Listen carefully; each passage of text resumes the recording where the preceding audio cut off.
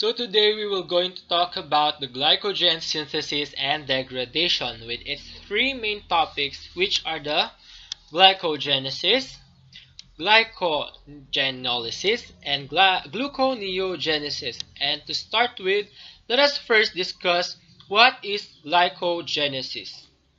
So glycogenesis is the metabolic process of producing glucose, which is the primary carbohydrate stored in the liver and muscle cells.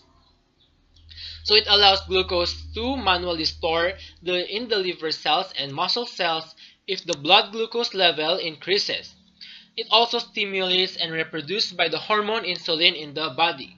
So basically, if we ingested food rich in carbohydrates, it directly utilizes the body to store glucose into the glycogen through the process of glucogenesis. So before we will going to involve the three reactions, first we will going to discuss the formation of glycogenesis. So begin in glucose that is phosphorylated to become a glucose 6-phosphate through the enzyme hexokinase in muscle and glucokinase in the liver. So as you can see in this slide, we have here an example of glucose molecule, namely the glucose 6-phosphate. So why did we call it as glucose 6-phosphate? It is because the phosphate is at the 6th carbon group in the glucose. So moreover, our body has a special enzyme catalyst called phosphoglucomutase that shifts the phosphate from the 6th carbon group into the 1st carbon group. So si phosphoglucomutase, shinishift niya si phosphate nang nanggaling sa 6th carbon group papunta kay 1st carbon group. So as you can see in this picture now, andito na si phosphate. So which is called the glucose 1-phosphate.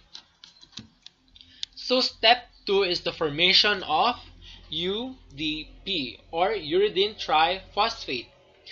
So uridine triphosphate consists of uracil and it's bound to ribose sugar. And that ribose is then bound to 3-phosphate. So uracil and ribose is called uridine, and then with the 3-phosphate, it's triphosphate. So it's uridine triphosphate. So this uridine triphosphate gonna combine with the glucose 1-phosphate na nanggaling sa step 1 kanina. What happens is the one with the carbon phosphate breaks the bond of UTP. And what will we get or lose out of breaking is the 2-phosphate. Ito. From the UTP. So, etong dalawang to, this 2-phosphate that was loose is called now the pyrophosphate. So, if we add now the remaining phosphate in the uridine to the glucose 1-phosphate, the result would be uridine diphosphate or UDP glucose. Next step is glucose transfer to a glycogen chain. So in this step, we will now proceed with the final step, that transferring of glucose to a glycogen chain. So in a subsequent reaction, the UDP produced in step 3 is converted back to UTP. So from UDP, we will now convert it back to UTP, which can then react with another glucose 1-phosphate. The conversion reaction requires ATP. So ito si UDP na dati plus ATP, we will now going to have a UTP and ADP. So this reaction requires ATP and would finally give us an answer or a solution of glycogen chain. So now let us proceed with the reverse of glycogenesis, which is the glycogenolysis. So what is glycogenolysis? It is the breakdown of glucose molecule into glucose, a simple sugar that the body uses to produce energy. Since glycogenolysis is a way of freeing up glucose, it occurs when our energy is low and more energy is needed. So glycogenolysis is a 2-step process. So it takes place in muscle and liver cells when more energy needed to be produced. And it is also an opposite of glycogenesis, which occurs when blood glucose level decreases. So glucogenolysis has a two-step process, and it begins with phosphorylation of a glucose residue. So what is this phosphorylation of a glucose residue?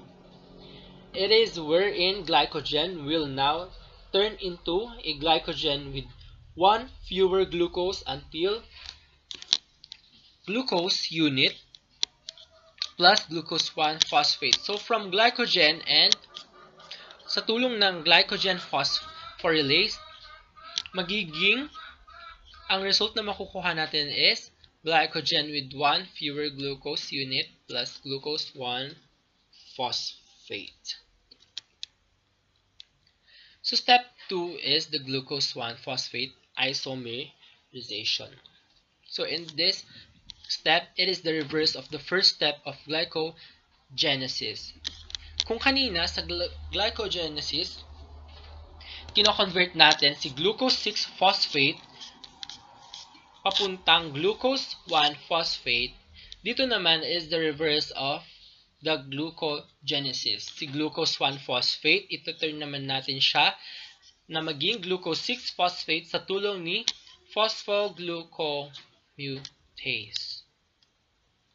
So this is the process of glycogenesis and glycogenolysis contrasted. Ito, dito natin makikita ang pinagkaiba ng glycogenesis at glycogenolysis.